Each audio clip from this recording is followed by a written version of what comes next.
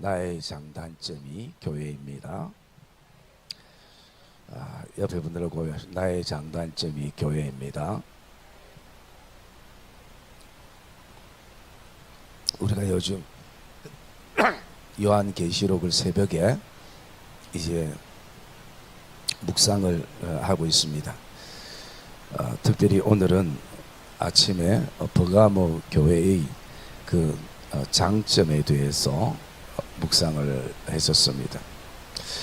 버가모 교회의 가장 큰 장점은 핍박이 올 때에 이것에 대해서 믿음의 절개를 지켰던 교회였습니다. 그래서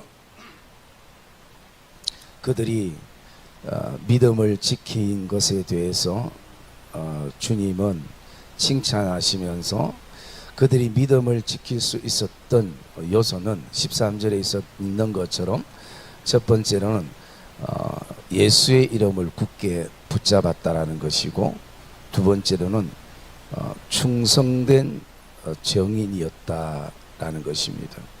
그리고 순교의 신앙을 그들이 가지고 있었다라는. 그래서 이 버가모 교회는 가장 큰 장점이 핍박 때에, 환난 때에 예수님을 향한 믿음을 저버리지 않는 교회로 주님이 칭찬을 하셨던 교회입니다. 그리고 그 당시에 그 버가모 지역은 다른 곳보다 특별히 사단의 그 역사가 굉장히 컸던 지역성을 띠고 있었습니다. 그래서 사단의 권자가 있는 곳에서 믿음을 저버리지 않은 것이 참 대단하다라고 주님이 칭찬을 해주시는 모습을 보게 됩니다. 그러면서 오늘 우리가 묵상하는 것은 14절과 15절의 말씀인데요. 그러면서 주님께서 이 버가모 교회에 책망할 두 가지를 말씀해 주고 있습니다. 요약하면 한 가지는 발람의 교훈을 따른 것이고, 한 가지는 니골라당의 교훈을 따른 것이다 라는 것이에요. 이것은 우리가 크게 이렇게 생각해 볼 수 있습니다. 직접적인 핍박, 외부에서 오는 핍박, 공격, 이것에 대해서는 성도들이 정신을 차리고 있었던 것이에요. 심지어 죽음을 불사르기까지 믿음과 교회와 신앙을 지켰습니다. 그런데 간접적인 핍박, 어쩌면 외부에서 오는 것이 아니라 교회 안에서 일어나는 여러 가지 시험과 시련과 핍박과 유혹에 대해서는 굉장히 버가모 교회가 고쳐야 되고 또 보충해야 될 신앙의 요소라는 것을 주님이 말씀해 주고 있다는 것이. 흔히 우리가 예수를 믿는데 국가적인 핍박이나 또 어떤 일로 통해서 사단이 우리에게 그냥 그렇게 힘들면 예수 믿지 마라, 신앙 접으면 될까 이가, 이런 어떤 얘기가 들려지면 우리는 정신을 차립니다. 그래서 안 되지, 내가 지금까지 어떻게 신앙생활 했는데, 나를 사랑한 주님이 어떤 주님인데, 그러면서 믿음의 정신을 차리고 순교의 정신까지 그 신앙의 절개를 지킨다는 것이에요. 그런데 한 발짝 싹 돌려서 간접적으로 다가오면 아주 약한 느낌이 있어서 우리가 정신을 잘 차리지 못할 때가 있다는 것이죠. 그러면 이 간접적인 어떤 핍박은 우리의 삶에 있어서 돌아보면요, 그것은 유혹과 그리고 타협이라고 볼 수 있는 것이. 여러분, 제가 새벽에 자주 드렸던 말씀 가운데 뭐라고 했습니까? 사단이 우리를 유혹할 때에 하나님의 말씀은 아니다, 거짓말이다 라고 하는 것이 아니라 하나님의 말씀은 다 맞다. 그러나 사단이 우리를 유혹할 때는 말씀을 부인하는 것이 아니라 말씀을 왜곡시킨다라고 말씀을 드렸습니다. 마치 비슷한 것처럼 하지만 끝이 다른 것처럼 그렇게. 그래서 사단은 거짓 메시지를 통해서 우리를 오늘 유혹하게 되는 그 모습을 우리가 보게 되는 것입니다. 그러기에 버가모 교회는 직접적인 비판에는 강했지만 이렇게 둘러오는 것에 대해서는 약한 모습을 보게 됩니다. 그 예로 발람과 발락의 교훈을 예시해 주고 있습니다. 여러분, 우리 한번 볼까요? 민수기 22장.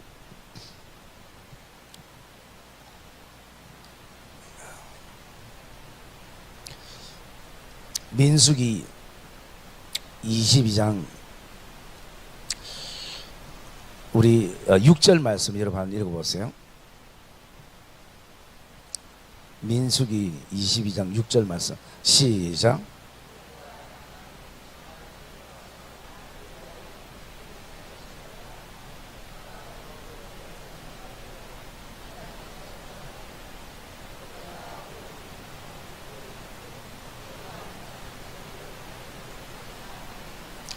모압 장로들과 미디안 장로들이 손에 복채를 가지고 떠나 발람에게 이르러 발락의 말을 그에게 전하매라고 말씀합니다. 여러분, 이 배경은 이스라엘 백성들이 가나안을 향해 나갈 때에 이 모압 지역을 통과해야 됩니다. 그런데 비켜달라는데 모압이 자존심 때문에 비켜주지 않습니다. 그러니까 이 모압을 향해 오고 있다라는 소리를 듣고 이 발락 왕이 두려워서 선지자 한 명을 세웁니다. 그 사람이 누구냐면 바로 발람입니다. 그리고 이스라엘 백성들을 저주해 달라는 것입니다. 그 저주해 달라는 것은 어떤 의미냐? 이스라엘 백성들을 향해 가서 당신들은 모압을 이길 수 없다. 여기서 포기해라. 전쟁하면 여기서 전멸한다. 이것을 전하라는 것이죠. 그럴 때에 발람이 고민에 빠집니다. 그리고 하나님께 묻습니다. 그런데 하나님은 이스라엘 백성들은 복을 받을 백성이지 저주의 백성이 아니다. 너는 저주하지 말라. 그렇게 얘기합니다. 발람이 또 고민됩니다. 그리고 발람의 마음속에는 어떤 생각이 드는가? 그래도 모압 왕이 발락이 나에게 얘기했는데 한 번만 들어주면 안 될까? 그냥 한 번만 딱 눈 감고 해주면 안 될까?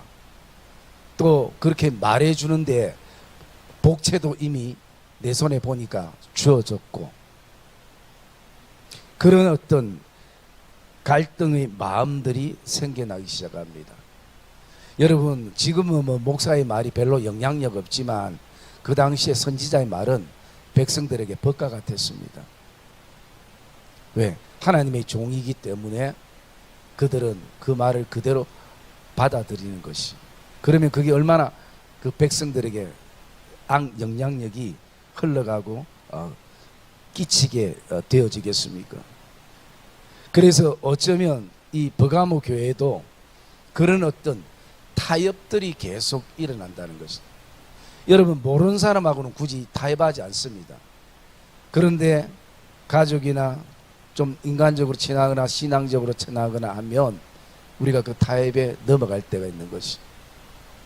그러면 우리는 생각해야 되는 것이, 이 둘이 타협해서 우리가 예배를 포기하거나 봉사를 포기하거나 신앙을 포기하면 우리 가정은 죽는다는 것이. 한 명이라도 정신을 차려가 살아 있어야 교회가 살고 가정이 살고 또 이 나라 인민족이 산다는 것을 우리가 생각해야 되는 것이.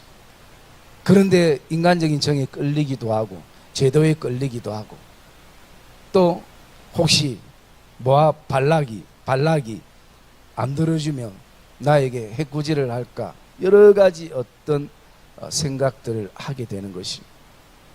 그리고 그 한 번의 타협이요, 나중에는 이스라엘 백성들에게 이 발람 선지자가 이제는 이방 신들을 섬기는 것을 열어줍니다. 그래서 그들이 단순하게 우상의 음식을 먹는 것으로 끝나는 것이 아니라 이제는 거기서 음행과 음란이 함께 제단에서 일어나는, 이제는 감당이 안 되는 일까지 흘러가는, 그것이 발람과 발락의 교훈인 것을 우리가 보게 되어지는 것입니다. 그래서 여러분, 직접 예수 믿으면 죽인다면 그래도 내가 목숨을 내놓겠다라는 교회였지만, 성도였지만, 이렇게 둘러서 타협해 올 때에 거기에 넘어지는 간접적인, 그렇게 크게 별로 생각이 안 된다. 그냥 이번 한 번만 나는 마음으로 흐르게 된다는 것이요. 여러분, 제가 우리 교회에서 이제 부목사 때에 처음으로 장례 집례를 한 것이, 우리 어떤 집사님의 시어머님이 돌아가셔가지고 저 전라도 무안이죠. 좀 굉장히 아무튼 멀었던 것 같아요. 원로 목사님이 체력이 안 돼요. 부목 때 제가 첫 집례였어요. 하러 거기에 갔습니다. 거기에 갔는데 이제 도착을 하니까 그 고향 사람들이 뭐 이제 준비를 다 이제 해놨겠죠. 이미 기독교식으로 한다니까 이 상차림 이런 건 없었는데, 그래도 어떤지 아쉬운지 그 우리 온 버스 앞에 상이 하나 놓여지고, 거기에 그 가족 약간 대표되는 분이 저에게 이 고인이 옛날에 수박을 정말 좋아하셨는데 이 수박 한 덩이만 여기 올려놓으면 안 되냐고. 그래서 제가 올려놓으시라고요. 그리고 올려놓고 우리가 막 이 준비하는데 좀 있다 오니까 고인이 배도 진짜 좋아했는데 배를 좀 올려놓으면 안 되겠냐고. 그래서 제가 딱 마음속으로 이 생각을 해보니까 이거 좀 있으면 제사상 차리겠다 싶어서 제가 단호하게 그때 거절을 했습니다. 왜냐하면 점점 한 개 열어주니까 또 한 개가 되는 것이. 그분이 처음부터 저에게 기독교식은 기독교식이라도 우리는 우리대로 하면 되지, 이 상차린 게 뭐 어때서 이러면서 막 하면 제가 이봐라, 안 되겠다, 단호하게 안 됩니다. 우리 어쨌든 고인이 우리 교회에서 신앙생활했고 고인이 원하는 대로 기독교식으로 집례를 합니다. 할 건데 배 한 개 갖다 놓으면 안 되겠냐고, 감 한 개 갖다 놓으면 안 되겠냐고, 요것만 하면 안 되겠냐고. 여러분, 저는 사실은 거기 뭐 상차려도 관계는 없어요. 왜? 귀신이 오는 거 두려워할까 봐요. 그 걱정은 없어요. 왜냐하면 저는 지금도 그 유교식으로 제사 뭐 다 차려놓고도 그 중에 한 분이 예배 좀 드려달라면 그거 가서 드립니다. 그런데 제가 그때는 왜 그러냐면 여기에 교회가 분명 있을 것이고, 또 목사님이 어쩌면 이분들을 위해서 전도 대상을 삼고 계속 기도하고 뭔가 하는데, 이 잠깐 장례하러 온 젊은 목사가 교회 덕이 안 되게 아마 목사님의 목회에 혹시라도 그 마이너스가 될까 싶은 그 생각이 제 마음속에 더 있어서 제가 그때 그것을 거절을 하면서도, 야, 그렇구나, 처음부터 차려놓고 막 제 멱살 잡았으면 저도 목숨 걸고 했을 건데 한 개 하니까 슬슬 넘어가는 부분들이 있을 수 있더라는 것입니다. 그래서 여러분, 신앙은 타협되어서는 안 되는 것입니다. 기도는 타협되어서는 안 되는 것입니다. 예배는 타협되어서는 안 되는 것입니다. 그것은 내가 주인이 돼서 결정하는 것이에요. 여러분, 그것처럼 교만하고 거만한 것이 없습니다. 그렇기 때문에 오늘 우리는 이 발람의 교훈을 항상 가슴에 품기를 원하는 그 말씀을 지금 버가모 교회를 통해서 우리에게 해주고 있다는 것이. 그리고 또 우리가 간접적으로 오는 것이 어떤 사단이 우리를 넘어지게 하는 유혹인데요. 사단은 누구보다도 우리를 잘 알기 때문에, 여러분 우리가 보통 뭐 10년 이상 예수를 믿었기 때문에 뭐 핍박하면 견딥니다. 그러니까 우리에게 간접적으로 이 성도는 뭐가 약하더라, 그걸 알아요. 아, 이 성도는 자신이 그 직분을 건드리면 교회가 뒤비질 것처럼, 내 신앙이 난리 날 것처럼 그렇게 반응하더라. 왜? 그렇게 반응하는 이유는 뭡니까? 내가 그 직분을 제대로 잘 안 하고 있다는 걸 내 스스로 알거든요. 여러분 저도 그렇습니다. 저도 이래 있다가 뭐 아내가 그런 말을 잘 안 하는데 한 번씩 목사가 그러면 되냐, 이 한마디 하면요 그냥 뭐 앞뒤 없습니다. 그냥 목사가 왜? 응? 목사는 사람 아이가? 여러분 딱 이성이고 이런 거 아무것도 없이 바로 나오는 게 이거예요. 여러분 혹시 그래 나오지 않습니까? 근사가 왜? 응? 근사는 사람 아이가? 응? 여러분 이 사람은 딱 직분을 건드리면 바로 올라오는구나. 이 사람은 감정을 건드리면, 이 사람은 자존심을 건드리면, 다른 거 잘 참는데 자존심만 딱 건드리면, 이 사람은 자녀만 딱 건드리면, 이 사람은 남편만 건드리면, 아내만 건드리면 뭔가 이 참았던 것들이 올라오게 되는, 그래서 나 자신의 신앙뿐만 아니라 남들의 신앙까지 흔들어 놓는 그 시험, 그 유혹이 오늘 사단이 우리를 향해서 보고 있다는 것이. 여러분 하나님만 나의 장단점만 아는 게 아니라 사단도 우리 장단점을, 우리 교회의 장단점을 너무 잘 알고 있는 것이에요. 그렇기 때문에 사단의 목적은 뭡니까?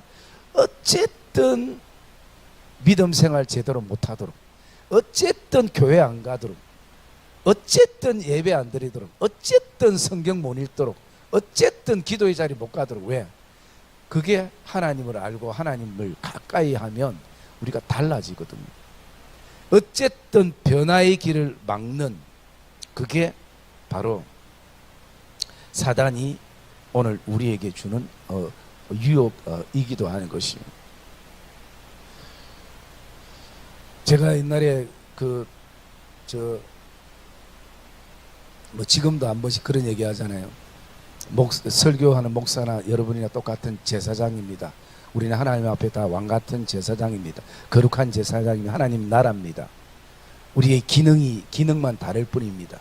그러나 섬김은 똑같습니다. 이런 얘기를 하면 교인들이 믿는지 안 믿는지는 모르겠지만은 그 속에서 어떤 분이 그런 얘기예요. 목사님, 자꾸 왜 목사님 권위를 스스로 깎아내리십니까?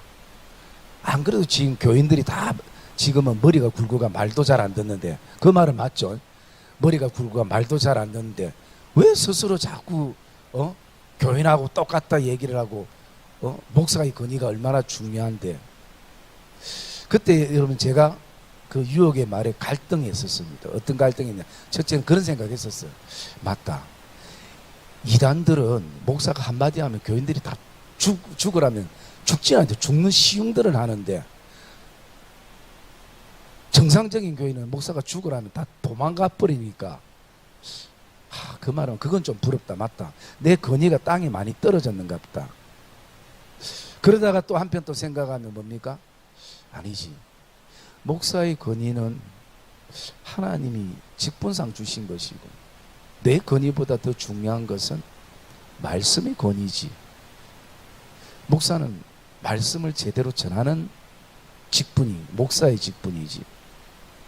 여러분 이 두 가지가 계속 갈등 고민하다가 제가 결국은 무엇을 선택했는가?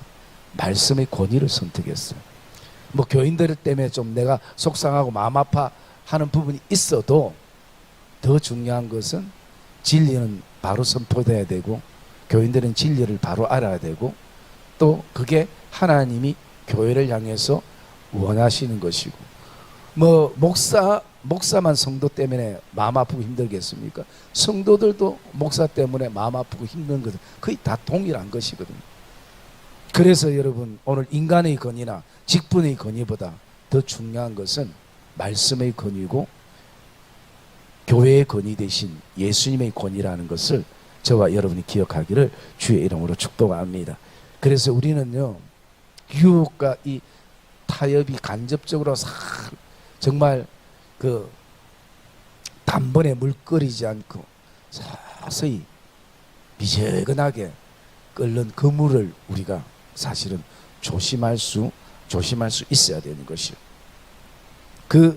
그것을 지금 말씀한. 그래서 여러분 그 14절 우리 한번 다시 읽어볼까요?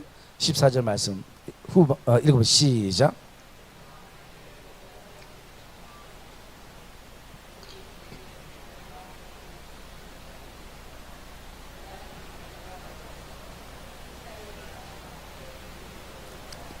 우상의 제물을 먹게 하였고 또 행음하게 하였느니라. 아멘. 결국 지금 원래 발람 선지자가 이것까지 가지 않는데 이제는 이것까지 가게 된 것이. 여러분, 발람은 선지자이기 때문에 그가 사역이 크든 작든 성도들을 향해서 디딤돌이 되게 해야지 오늘 뭐라고 말합니까? 걸림돌을 놓은 것이. 그래서 우상 제물을 먹게 할 뿐만 아니라 또 행음까지. 여기에 행음이라는 것은 뭐 그 당시에 그 성전에 있던 그 여성들과의 그 음란한 행위도 의미하지만 더 큰 것은 그것을 통해서 하나님 앞에 예배할 사람들이 영적인 음행에 빠져 있는 그들의 모습을 보게 되어지는 것이요. 여러분, 발람이 처음부터 이런 사람은 아니었을 것입니다. 오늘 우리도 마찬가지일 수 있을 것입니다. 이것에 대해서 이제 주님이 말씀해 주고 있는 것입니다. 그리고 또 한 가지를 말씀하고 있는데요, 15절 말씀 우리 한번 읽어봅시다. 15절 말씀 시작.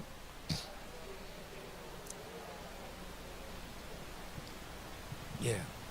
여기에 두 번째로 또 이 간접적으로 흘러 들어오는 것이 교회 안에 있었어요. 그게 뭐냐면 니골라 당의 교훈입니다. 그러면 우리가 이 니골라라는 사람을 먼저 생각을 해봐야 되겠죠. 이 니골라라는 사람은 그 초대교회 7지사 중에 한 명이었습니다. 우리 성경 사도행전 6장 5절 말씀인가 한번 봅시다.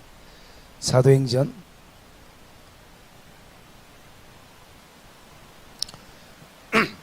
사도행전 6장 5절 말씀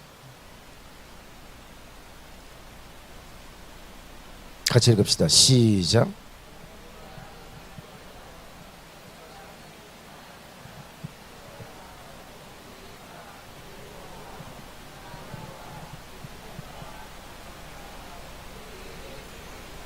안디아 사람 니골라를 택하여 라고 말씀합니다. 여러분, 그 당시에 초대교회 7집사는 뭐 지금으로 따지면 목사보다 훨씬 더 괜찮은 사람들이 있습니다. 그러면 이 니골라라는 집사님은 그 배경을 보면요, 처음에는 이방인이었습니다. 이방인이었는데 그가 하나님을 믿게 되었어요. 유대교를 믿게 되었어요. 유대교를 믿게 되었다가 이제 예수 그리스도의 부활과 함께 복음을 받아들였던 사람이었습니다. 그러니까 이방 문화와 이방 어떤 그 자랐던 모든 것이 그 이방 풍습에서 자랐던 사람이고요. 그리고 또 두 번째로는 그러다가 유대교의 율법에서 자랐던 사람입니다. 그러니 그 율법적인 것이 또 많이 있었겠죠. 그리고 이제 예수 그리스도의 복음을 만나고 은혜를 경험했던 사람이었습니다. 그런데 뭐가 문제가 되고 있는가? 니골라당의 이 교훈이라는 것은 내가 은혜 속에 살아가면서도 아직 율법적인 것이 다 빠지지 않은 사람인 것이. 내가 은혜 속에 살아가면서도 아직 내가 이방 문화 속에 익숙해 있고 젖어 있던 습관과 삶의 어떤 특별히 가치관이 다 빠지지 않은 사람이었습니다. 이분이 어떻게 인기 투표에서 됐는지는 알 수가 없지만 어쨌든 일곱 집사 속에 있었고, 그리고 여기 니골라 한 사람이 아니라 이 당이라 얘기하는 것은요, 그런 부류의 사람들도 이 같이 니골라를 쫓는 사람들이 그 당시에 있었습니다. 왜냐하면 그런 환경을 배제시키고는 불안할 수 있기 때문인 것이. 자, 그러면 오늘 우리가 이것을 생각해 보면 우리도 어떤 측면에 바라보면요, 이런 측면을 생각해 볼 수 있습니다. 우리가 한국 어떤 정서가 토속신앙이잖아요. 이 토속신앙의 어떤 정서와 이 기독교 신앙이 이 한목되어 있는, 이 섞여 있는 가운데에 아직도 토속적인 어떤 요소들이 빠지지 않은 부분들이 우리 신앙의 삶의 모습 속에 있을 수 있다는 것이. 그리고 또 토속적인 것은 아니라도 내가 예수를 믿으며 은혜 속에 살아가면서도 세상 문화와 세상 유행에 굉장히 신앙만큼이나 민감한 사람들이 있는 거지. 마치 세상 유행이나 문화와 발맞추지 못하면 내 인생이 뒤떨어지는 것처럼 생각해서 세상의 가치와 문화를 그냥 신앙적인 어떤 그 여과기에 여과하지 않고 그대로 흡수해 버려서 가치관이 항상 두 가지 가치관을 가지고, 교회 오면 교회 가치관으로 교회 속에 살아가고, 세상은 교회 가치관으로 살기는 역부족이기 때문에 그냥 세상 가치 속에서 세상 가치를 가지고 사는 것, 그게 왜 더 편하니까요. 어쩌면 이 니골라당의 교훈을 쫓는 사람들도 그런 의미 속에서 그들이 그것을 쫓는다는 것이. 그런데 이것을 오늘 누가 지적해 주고 있는가? 좌우의 날선 검을 가진 이라 말씀합니다. 여러분, 일곱 초대교회 말씀할 때 제가 제일 중요한 것이 첫 번째 문장과 마지막 문장이라 말씀드렸습니다. 첫 번째 문장은 일곱 교회마다 다 다르게 예수님을 표현하고 있어요. 예수님이 어떤 분인가를 표현하는 것이. 오늘도 보면 좌우의 날선 검을 가지신 이가 이르시되, 예수님을 나타낼 때 좌우의 날선 검, 이것은요, 하나는 무엇을 말씀하고 있냐면 하나는 하나님의 말씀을 말하고 있습니다. 말씀의 검, 또 성령의 검, 그리고 다른 측면에서는 심판의 검을 말씀하고 있는 것입니다. 그러기에 오늘 이 교회를 향해서 주님은 좌우의 날선 검을 가지신 이가 지금 버가모 교회를 향해서 말씀하고 있는 것이, 너희가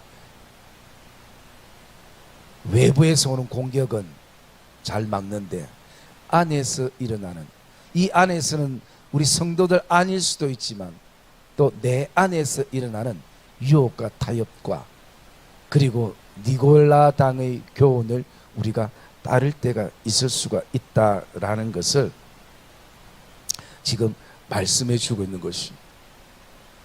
그래서 여러분, 내 신앙관 안에는, 내 믿음의 삶 안에는 혹시 토속적인 어떤 신앙의 요소들은 우리에게 없는가?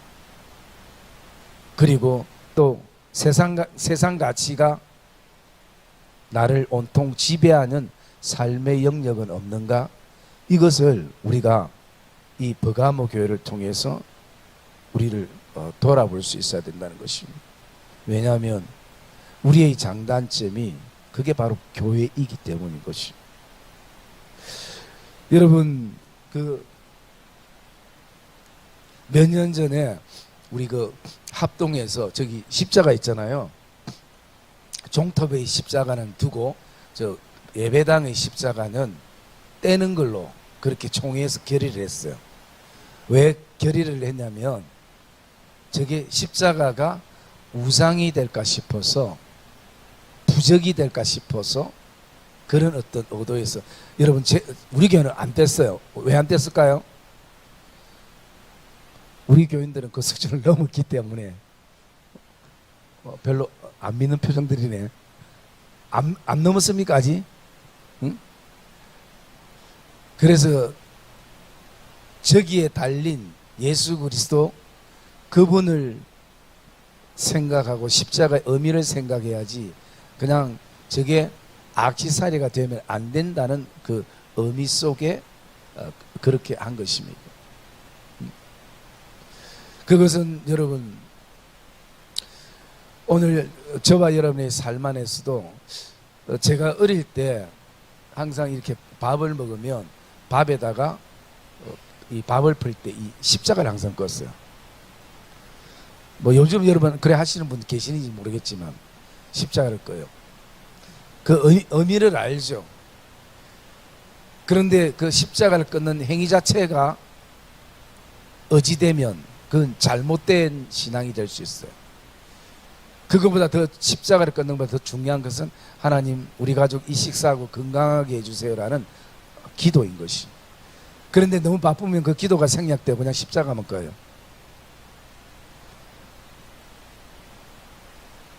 제가 옛날 믿음의 선배 신앙들이 잘못됐다는 부분들이 아니라 거기에 너무 치우치면 안 된다는 것이. 여러분, 이 성경책 귀한 책이죠. 그러나 성경책 자체가 귀한 것은 아니에요. 저는 이거 성경을, 여러분 뭐 제 성경 잘 못 보셔서 모르겠지만 성경을 교과서처럼 씁니다.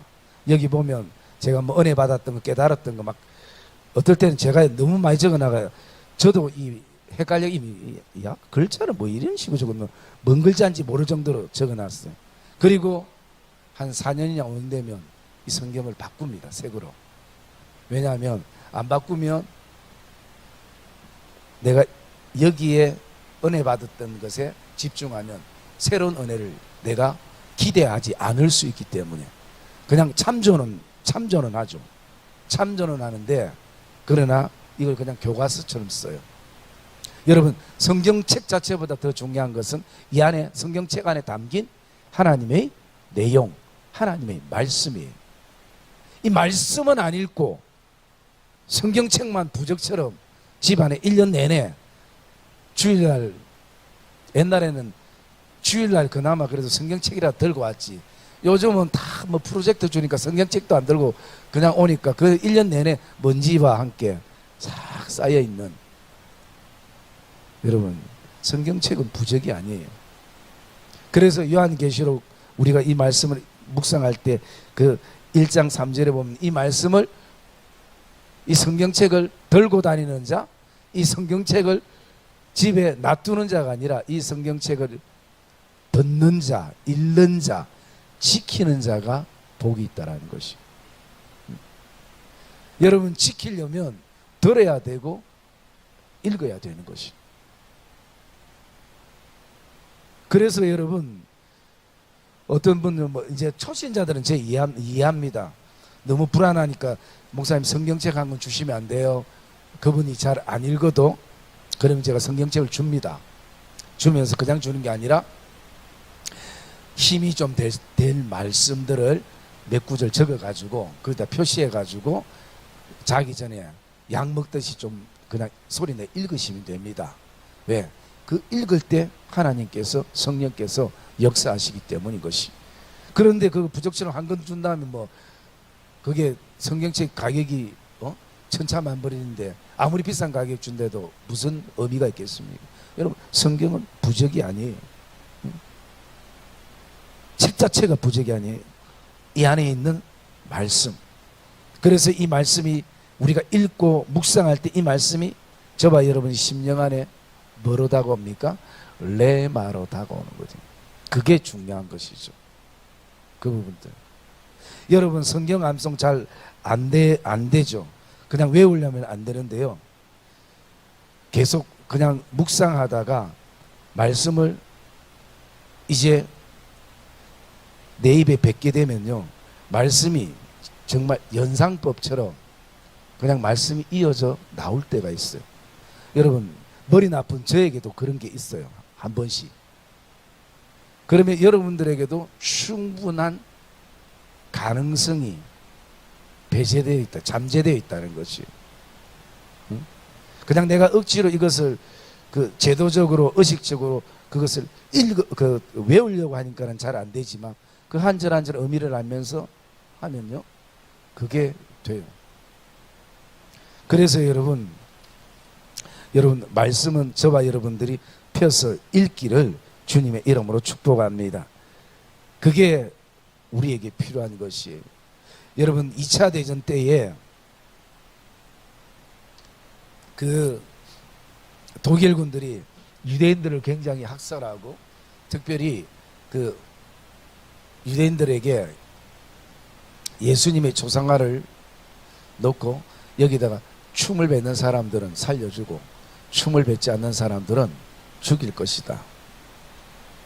그래서 어떤 사람은 그래도 내가 예수를 믿어야지라는 신앙 고백 속에 춤을 뱉지 않고 죽기도 하고 감옥에 갇히기도 하고 매를 맞기도 한 사람들이 또 있었어요.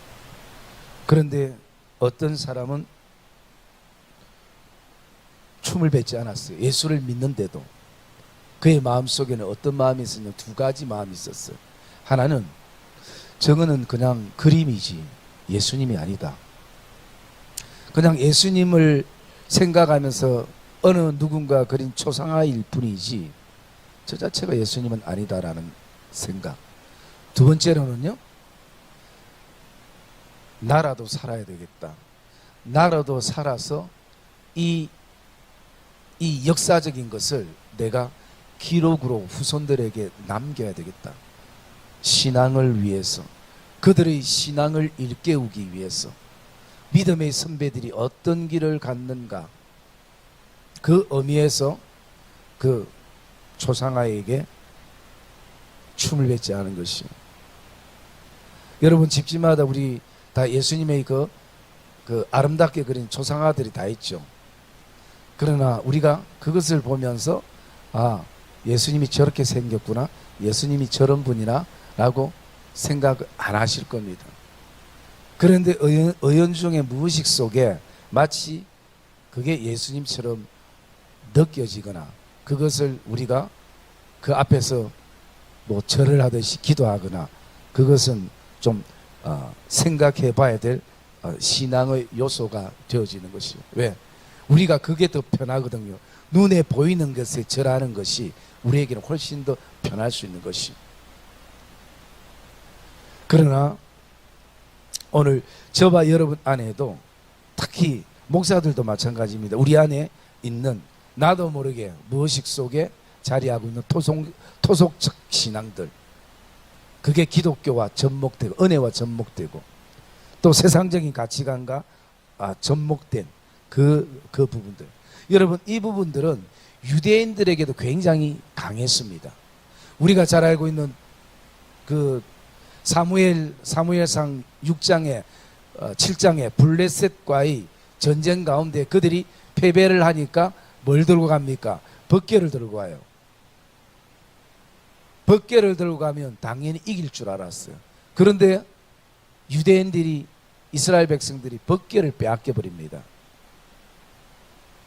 그들에게는 엄청난 신앙적인 충격이었을 거예요. 그러나 여러분, 법궤 자체가 중요한 게 아니에요. 법궤는 하나님의 임재를 상징하는 것이고, 그리고 중요한 것은 하나님께서 함께 하시는 역사가 중요한 것이. 그런데 법궤만 들고 나가면 이기는 줄 알아요. 왜? 부적처럼.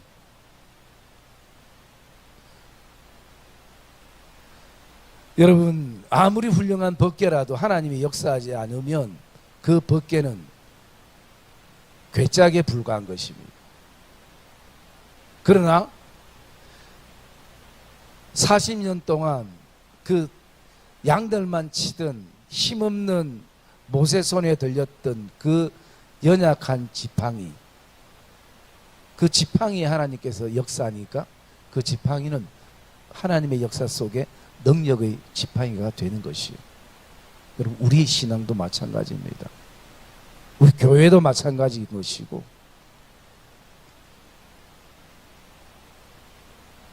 오늘 저와 여러분 안에 화려함이 없더라도 오늘 더 중요한 것은 하나님이 내 안에 역사하시는가를 경험하는 것이, 성령의 역사를 경험하는 것이, 그것이 우리에게 중요한 것입니다. 하나님의 어떤 상징만이 그들에게 전부가 아니라, 주일날 묵상했던 그거 뭡니까? 구리뱀, 장대 위에 단 구리뱀. 결국 그 구리뱀이 이제는 우상으로 이스라엘 백성들이 섬기기 시작합니다. 여러분, 우리는 그렇습니다. 뭔가 눈에 보이는 것을 섬기기를 좋아하고 눈에 보이는 것을 찾는 것을 우리는 더 좋아해요.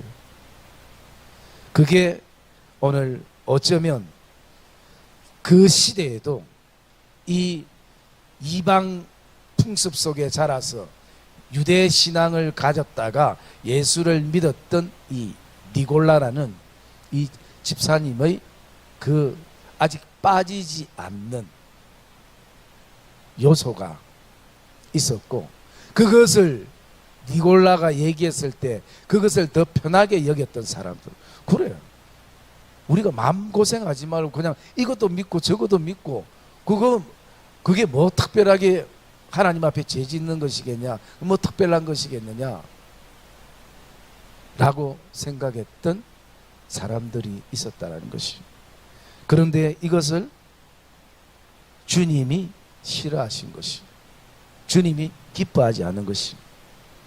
그래서 버가모 교회를 향해서 외부의 핍박과 환난은 잘 견디었는데 안에서 일어나는 이 간접적인 유혹과 타협과, 그리고 아직 빠지지 않는, 성전 안에 앉아있지만 아직도 빠지지 않는 세상적인 어떤 기준과 가치관, 세상의 삶의 어떤 윤리, 습관, 답습, 이것이 오늘 우리의 신앙을 뛰어넘어서 우선되어 있는 이것에 대해서 주님이 오늘 지적해 주고 있는 것을 우리가 보게 되어집니다. 여러분, 어쩌면 이것은 이 시대에 오늘 교회를 향해서 또 우리를 향해서 주시는 주님의 메시지이기도 하는 것입니다. 여러분, 오늘도 저와 여러분들이 또 이 한 주를 살아가면서 또 이따 기도할 때 다시 한번 우리를 잘 하나님 안에서 돌아보는 그런 복된 시간이 되셔서 우리가 직접적인 핍박뿐만 아니라 간접적으로 사이드로 슬며시, 이단이 슬며시 들어오는 것처럼 슬며시 사단이 우리에게 주는 유혹과 타협과 거짓 메시지에 속지 않는 그런 복된 성도들이 되시기를 주님의 이름으로 축복합니다.